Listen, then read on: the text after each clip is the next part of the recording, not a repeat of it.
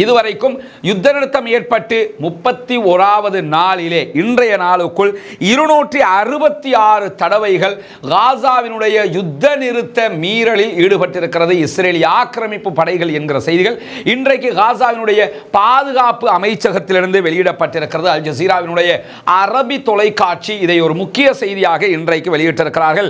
132 சகோதரர்கள் அப்பாவிகள் 31 நாட்களுக்குள்ளாக கொல்லப்பட்டிருக்கிறார்கள், ஷஹீதாகி இருக்கிறார்கள் என்கிற செய்திகளும் வெளியாகி இருக்கக்கூடிய காட்சிகளை நம்ம பார்க்க முடிகிறது. அதே நேரம் இதிலே 26 பேர் படுகாயங்களுக்கும் மேலதிகமாக உள்ளாகி இருக்கிறார்கள் என்கிற செய்திகளும் பதிவு செய்யப்பட்டிருக்கிறது. இஸ்ரேலுடைய வெளியுறவு அமைச்சராக இருக்கக்கூடிய கிதியோன் சார் இன்றைய தினம் பெல்ஜியத்துக்கு ஒரு பயணம் மேற்கொள்ள இருக்கிறார். பெல்ஜியத்திற்கு அவர் வருகிற நேரத்தில் அவரை கைது செய்ய வேண்டும். 15 மாத கால இஸ்ரேலுடைய யுத்தத்திற்கு இவர் துணை போயிருக்கிறார் என்று சொல்லி இன்றைக்கு ஐசிசியில முறைப்பாடு பதிவு செய்திருக்கிறது ஹிந்து ரஜப் ஃபவுண்டேஷன் என்கிற செய்திகள் வெளியாகி இருக்கிறது. நமக்கு தெரியும் ஹிந்து ரஜப் என்கிற ஒரு குழந்தை, பச்சிலம் குழந்தையை இஸ்ரேலிய ஆக்கிரமிப்பு ராணுவம் கொலை செய்து அதை வீடியோ பதிவு செய்து சமூக வலைதளங்களில் வெளியிட்டிருந்தது. அது மிகப்பெரிய சர்ச்சையாக மாறி அதனுடைய தொடர்பு பட்ட பல இஸ்ரேலிய சோல்ஜர்ஸ் வெளிநாடுகளுக்கு போகிற போது கைது நடவடிக்கைகளுக்கு உள்ளாகிற பயத்தில் நாட்டை விட்டு ஓடிக்கொண்டிருக்கிறார்கள்.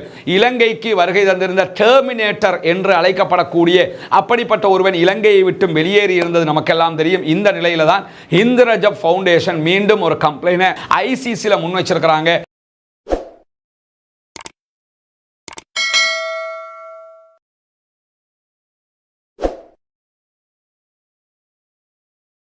அன்பிற்கினிய சகோதர சகோதரிகளே, நம் அனைவர் மீதும் ஏக இறைவனுடைய அமைதியும் கருணையும் உண்டாகட்டுமாக. அஸ்ஸலாமு அலைக்கும் வரஹ்மத்துல்லாஹி வபரகாத்துஹு. இன்றைய தினம் சீஸ்ஃபயர் ஏற்பட்டு காசாவிலே யுத்த நிறுத்தம் ஆரம்பிக்கப்பட்டு 31வது நாளாக இருக்கிறது.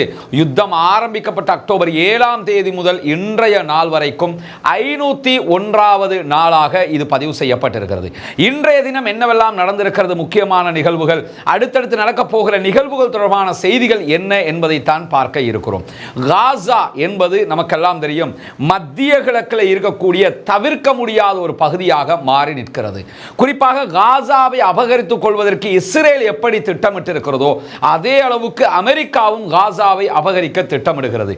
அதற்கான காரணமாக அமெரிக்க அதிபர் முன்வைத்திருக்கக்கூடிய மிக முக்கியமான சூட்சுமமான காரணம் என்னவென்று சொன்னால், எப்படி பட்டுப்பாதை காணப்படுகிறதோ, சீனா எப்படி பிசினஸை டெவலப் பண்ணி கொண்டிருக்கிறதோ, அதே போன்று ஈஜிப்ட் வழியாக செங்கடல் பயணத்தில் எப்படி வியாபாரம் முன்னேற்றம் அடைந்திருக்கிறதோ இதே அளவுக்கு அமெரிக்காவில் இருந்து ஐரோப்பிய நாடுகள் வழியாக, ஐரோப்பாவில் இருந்து இஸ்ரேல் வழியாக இந்திய பெருங்கண்டம் வரைக்கும் உண்டான ஒரு மிகப்பெரிய பிசினஸ் ரூட்டை அமைக்க வேண்டும்.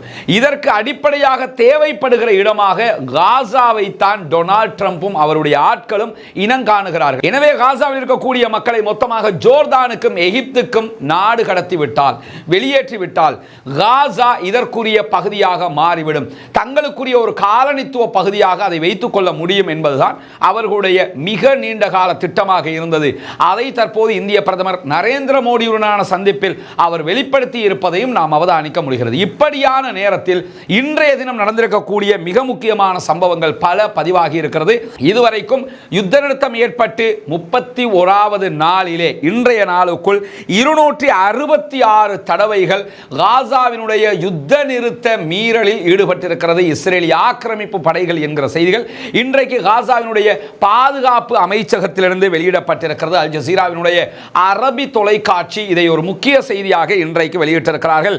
132 சகோதரர்கள் அப்பாவிகள் 31 நாட்களுக்குள்ளாக கொல்லப்பட்டிருக்கிறார்கள், ஷஹீதாகி இருக்கிறார்கள் என்கிற செய்திகளும் வெளியாகி இருக்கக்கூடிய காட்சிகளை நம்ம பார்க்க முடிகிறது. அதே நேரம் இதிலே 26 பேர் படுகாயங்களுக்கும் மேலதிகமாக உள்ளாகி இருக்கிறார்கள் என்கிற செய்திகளும் பதிவு செய்யப்பட்டிருக்கிறது. இப்படியான நேரத்தில் சாதாரண காயங்களுக்கு உள்ளான மக்கள் 900 பேர் இருக்கிறார்கள் என்கிற பதிவுகளும் இன்றைக்கு வெளியாகி இருக்கிறது. எனவே சராசரியாக 10 நாட்களுக்கு 300 பேர் என்கிற வகையில் இஸ்ரேலிய ஆக்கிரமிப்பு படைகள் யுத்த நிறுத்த விதிமீறலில் ஈடுபட்டிருக்கின்றன என்பது மிக திட்ட தெளிவாக தெரிந்திருக்கிறது.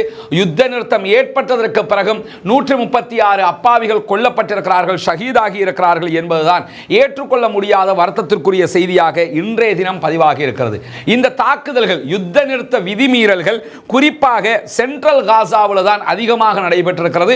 110 சம்பவங்கள் அந்த பகுதிகளில் இடம்பெற்றிருக்கக்கூடிய அதே நேரத்தில் ரஃபாவில் 54 தடவைகள் இஸ்ரேல் தாக்குதல்களை நடத்தி இருக்கிறது. யுத்த நிறுத்த விதிமீறலில் ஈடுபட்டிருக்கிறது. காசா சிட்டிக்குள்ள 49 தடவைகள் விதிமீறல் தாக்குதல்களை நடத்தி இருக்கிறது.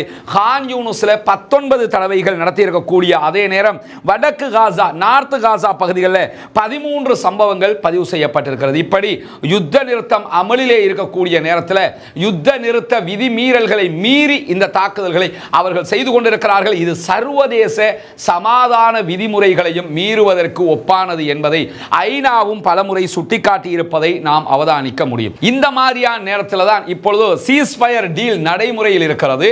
இந்த நடைமுறையில் அடுத்த 2 கட்டங்களில் அவர்கள் பணைய கைதிகளை விடுதலை செய்வதற்கு தயாராக இருக்கிறார்கள். பாலஸ்தீன விடுதலை அமைப்பை சேர்ந்தவர்கள் அதே போன்று பாலஸ்தீன மக்களை விடுதலை செய்வதற்கு இஸ்ரேல் தயாராக இருக்கிறது. இந்த முதல் கட்டத்தில் மேலும் 2 தடவைகள் 14 பேர் விடுதலை செய்யப்படுவார்கள் என்பது தகவலாக இருக்கக்கூடிய நேரத்தில் முதல் கட்டமாக எதிர்வருகிற வியாழக்கிழமை 4 பேருடைய பாடிகளை நாங்கள் இஸ்ரேலிடத்தில் ஒப்படைப்போம் என்று சொல்லி இன்றைக்கு பாலஸ்தீன விடுதலை அமைப்பு அறிவித்திருக்கிறது. ஏன்னா இந்த பணைய கைதிகளாக பிடிச்சிட்டு போனதுக்கு பிறகு அக்டோபர் 7க்கு பிறகு இஸ்ரேல் நடத்திய தாக்குதல்களில் அவர்களுடைய தாக்குதலாலேயே கொல்லப்பட்டவர்கள் தான் இவர்கள். எனவே கொல்லப்பட்ட பணைய கைதிகளுடைய உடல்களை தான் திருப்பி ஒப்படைக்க இருக்கிறார்கள். அதில் முதல் கட்டமாக 4 பேரும் எதிர்வருகிற சனிக்கிழமை 6 பேருடைய உடல்களும் பாடிகளும் ஒப்படைக்கப்படும் என்கிற செய்திகளை இன்றைக்கு பெஞ்சமின் நெத்தனியாகுவினுடைய அலுவலகமும் உறுதிப்படுத்தி இருக்கக்கூடிய நேரத்தில் இஸ்ரேல் யாரை விடுதலை செய்ய இருக்கிறார்கள்? அடுத்ததாக இந்த முதல் கட்டம் 4 ஜனாசாக்கள், அதற்கு பிறகு வழங்கப்பட இருக்கக்கூடிய 6 உடல்கள், மொத்தம் 10 உடல்களை பெற்றுக்கொண்டு இஸ்ரேல் யாரை விடுதலை செய்ய இருக்கிறாங்கன்னா 19 வயதுக்கு குறைந்த சிறுவர்களை விடுதலை செய்ய இருக்கிறார்கள். இந்த இடத்துல இந்த பாலஸ்தீனத்திற்கான ஐநாவினுடைய தூதராக இருக்கக்கூடிய இந்த யுத்த விவகாரத்தில் ரொம்ப அதிகமாக பேசப்படக்கூடிய பிரான்சிஸ்கா அல்பானிஷ் அவர்கள் கேட்கக்கூடிய ஒரு கேள்வி என்னன்னா, இவர்களை என்ன அடிப்படையில் நீங்கள் கைது செய்தீர்கள்? மற்றவங்களை கைது செய்றீங்க, ஒரு காரணத்தை சொல்றீங்க. இந்த 19 வயதுக்கு குறைந்த குழந்தைகளை நீங்கள் கைது செய்ததற்கு என்ன அடிப்படை இருக்கிறது? அவங்க ஆயுதம் ஏந்தினாங்களா? இல்ல. யுத்தம் பண்ணினாங்களா? இல்ல. உங்களோட சண்டைக்கு வரல, உங்களுக்கு எதிராக ஒரு கள்ள கூட வீசல. அப்படி இருக்கிற போது இவர்களை ஏன் கைது செய்தீர்கள் என்றால் எந்த காரணமும் இல்லை, நாங்கள் கைது செய்ய விரும்பினோம், கைது செய்தோம் என்பதை அவர்கள் பதிலாக வைத்துக் கொண்டிருக்கக்கூடியதை தான் நம்ம பார்க்க முடிகிறது. எது எப்படி போனாலும் அவர்களுடைய இந்த நடவடிக்கை சர்வதேச அளவில் குழந்தைகள் விவகாரத்திலும் இஸ்ரேல் எப்படி நடந்து கொள்கிறது என்பதை சுட்டிக்காட்டக்கூடிய ஒன்றாக மாறி இருக்கிறது. எதிர்வருகிற வியாழக்கிழமை முதல் கட்டமாக 4 உடல்களை ஒப்படைக்கிறது பாலஸ்தீன விடுதலை அமைப்பு என்கிற செய்திகள் இன்றைக்கு முக்கியமான இடத்தை பிடித்திருக்கின்றன. அதே நேரத்தில் காசாவினுடைய புனரமைப்பு தொடர்பாக அதை டெவலப் பண்றது தொடர்பான தன்னுடைய கருத்தை வெளியிட்டிருக்கிறது ஈஜிப்ட். ஏன்னா 4 விதமான கருத்துக்கள் முன்வைக்கப்பட்டிருப்பதை நம்ம பல வீடியோக்களை சொல்லி இருக்கிறோம். அதுல ஈஜிப்டினுடைய கருத்தை அமெரிக்கா ரசிப்பதாக சொல்லப்படுகிறது. இதை நம்ம ஏத்துக்கலாம் என்கிற ஒரு நிலைக்கு அவங்க வர இருக்கிறதாக சொல்லப்படுகிறது. அந்த திட்டம் என்ன என்பது மிக முக்கியமாக இன்றைக்கு வெளியாகி இருக்கிறது. அதுல முழுமையான தகவல்கள் வெளியாகலனாலே அந்த 2 முக்கியமான அம்சங்கள் அதிலே வெளியிடப்பட்டிருக்கிறது. அதுல முதலாவது என்னன்னு சொன்னா, எகிப்து உருவாக்கி இருக்கக்கூடிய காசாவுக்கான புனரமைப்பு திட்டத்தில் எக்காரணம் கொண்டும் காசா மக்களை ஈஜிப்டுக்கோ அல்லது ஜோர்தானுக்கோ அனுப்புவதை ஏற்றுக்கொள்ளவே முடியாது என்பதை அடித்து சொல்லி இருக்கிறார்கள். இரண்டாவது, எதிர்வருகிற 5 ஆண்டுகளுக்கு காசா மீள் கட்டுமானம் செய்யப்படும், புனரமைப்பு செய்யப்படும். இதற்கு 5 முக்கியமான நிறுவனங்கள் ஈஜிப்டிலிருந்து பங்களிப்பு செய்வாங்க. மற்ற அரபு நாடுகளுடைய மக்களும் அதற்கு பங்களிப்பு செய்ய இருக்கிறார்கள். ஐரோப்பாவில் இருக்கக்கூடிய நாடுகள்கிட்ட இருந்தும் அதற்கான நிதி உதவிகளை பெற்றுக்கொள்வதற்கான வழிவகைகளை ஈஜிப்ட் தற்போது தயாரித்துக் கொண்டிருக்கிறது. இந்த மாதிரியான நேரத்தில் இப்படி புனரமைப்பு செய்கிற போது காசாவினுடைய மக்களை ஒரு 3 பகுதிகளுக்கு பிரித்து அவர்களை முதலில் குடியேற்றம் செய்வார்கள். ஒரு 3 பகுதியை தேர்ந்தெடுப்பாங்க. நான் உதாரணமாக நார்த் காசா, சவுத் காசா, சென்ட்ரல் காசா என்ற ஒரு 3 பகுதியை எடுத்து அந்த 3 பகுதிகளுக்கு 25 லட்சம் மக்களையும் பிரித்து என்ன பண்ணுவாங்கன்னா, கூடாரங்களை அமைத்து, தற்காலிக வீடுகளை அமைத்து, தற்காலிக மருத்துவமனைகளை அமைத்து, எல்லாவற்றையும் தற்காலிகமாக அமைத்து அமைத்து முதல் கட்டமாக குடியேற்றி விடுவார்கள். அதற்கு பிறகு இந்த யுத்தத்தினால் பாதிக்கப்பட்டிருக்கக்கூடிய எல்லா பகுதிகளும் 5 ஆண்டுகளுக்குள்ளாக மீள் கட்டுமானம் செய்யப்படும். அப்படியான ஒரு கட்டுமான பணி செய்வதற்கு ஏற்கனவே நம்ம சொன்ன மாதிரி எல்லா நாடுகளுடைய உதவிகளும் பெற்றுக்கொள்ளப்பட இருக்கிறது. இப்படியான ஒரு சந்தர்ப்பத்தில் பாலஸ்தீனத்தை யார் ஆட்சி செய்வார்கள் என்பதை பொறுத்தவரை ஈஜிப்டினுடைய திட்டத்தில் என்ன சொல்றாங்கன்னு கேட்டா, பாலஸ்தீன விடுதலை அமைப்பு அல்லாத ஒரு சுயாதீனமான குழு ஆட்சி செய்யும்.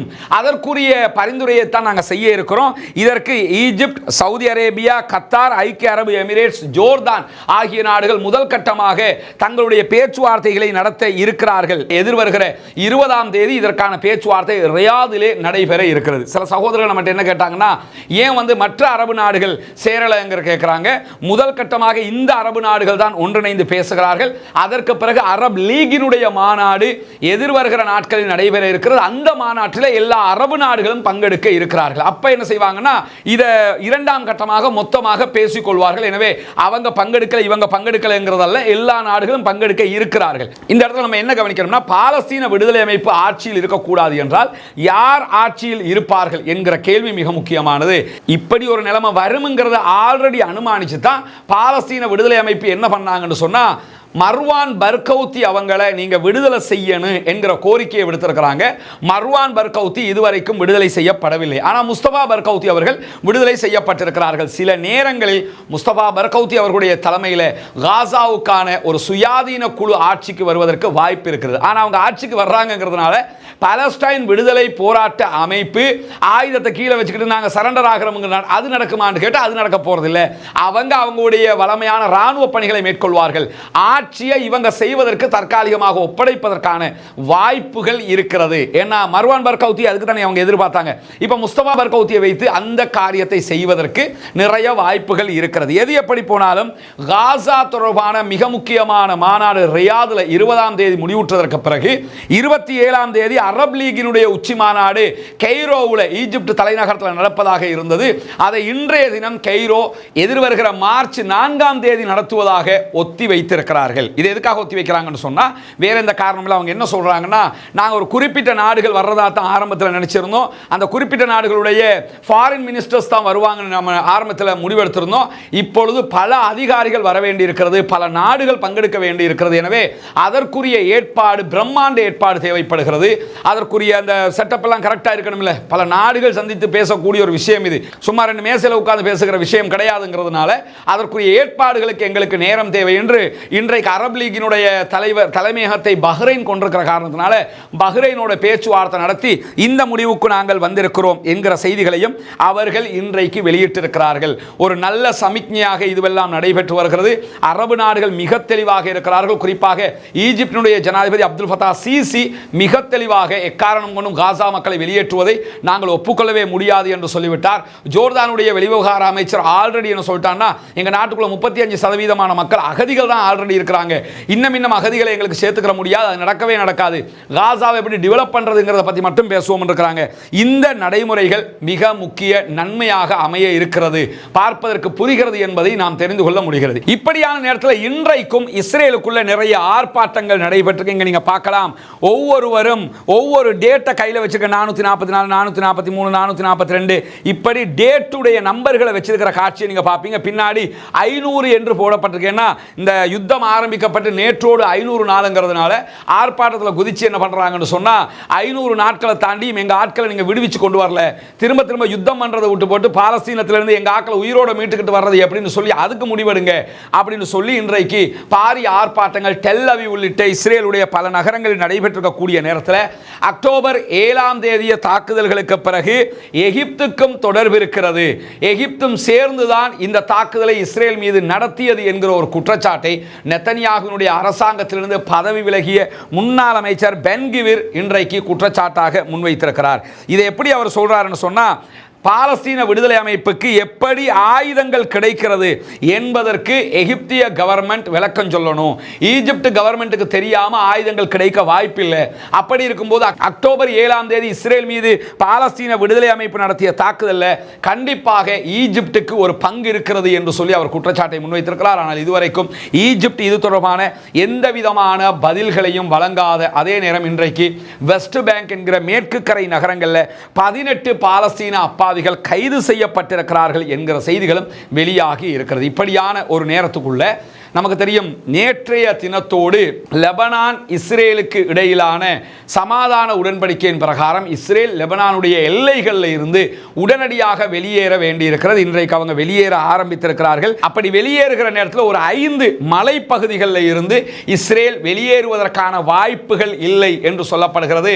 லெபனானுடைய எல்லை அது, அந்த எல்லைகள் அவங்க இருப்பதற்கான வாய்ப்பு இருக்கிறது என்று இன்றைக்கு சொல்லப்படுகிற அதே நேரம் அப்படி அவர்கள் அங்கே தங்கினால் நாங்களும் அதற்கு எதிராக எங்களுடைய நிலைப்பாடுகளை மாற்ற வேண்டி வரும் என்கிற செய்தியை லெபனானிய போராளி குழுவாக இருக்கக்கூடிய ஹெஸ்புல்லாக்களும் இன்றைய தினம் வெளியிட்டிருக்கக்கூடிய அதே நேரத்தில் அமெரிக்காவினுடைய முன்னாள் ஜனாதிபதி ஜோ பைடன் இஸ்ரேலுக்கு கொடுக்காமல் நிறுத்தி வைத்திருந்த ஆயுதங்களை இன்றைய தினம் இஸ்ரேலுக்கு அனுப்புவதற்கு அமெரிக்கா அனுமதி கொடுத்திருக்கிறது. டொனால்ட் ட்ரம்பினுடைய ஆட்சி காலமாக இருக்கிற காரணத்தினால அமெரிக்கா 1800 MK-84 வகையான பாரிய குண்டுகளை இன்றைக்கு இஸ்ரேலுக்கு ஏற்றுமதி செய்திருக்கிறது என்கிற செய்திகளும் இன்றைக்கு வெளியாகி இருக்கிற அதே நேரத்தில் மிக முக்கியமான ஒரு சம்பவம் இன்றைக்கு இடம்பெற்றிருக்கிறது. அது என்ன முக்கியமான சம்பவம் என்று சொன்னால், இஸ்ரேலுடைய வெளியுறவு அமைச்சராக இருக்கக்கூடிய கிதியோன் சார் இன்றைய தினம் பெல்ஜியத்துக்கு ஒரு பயணம் மேற்கொள்ள இருக்கிறார். பெல்ஜியத்திற்கு அவர் வருகிற நேரத்தில் அவரை கைது செய்ய வேண்டும்.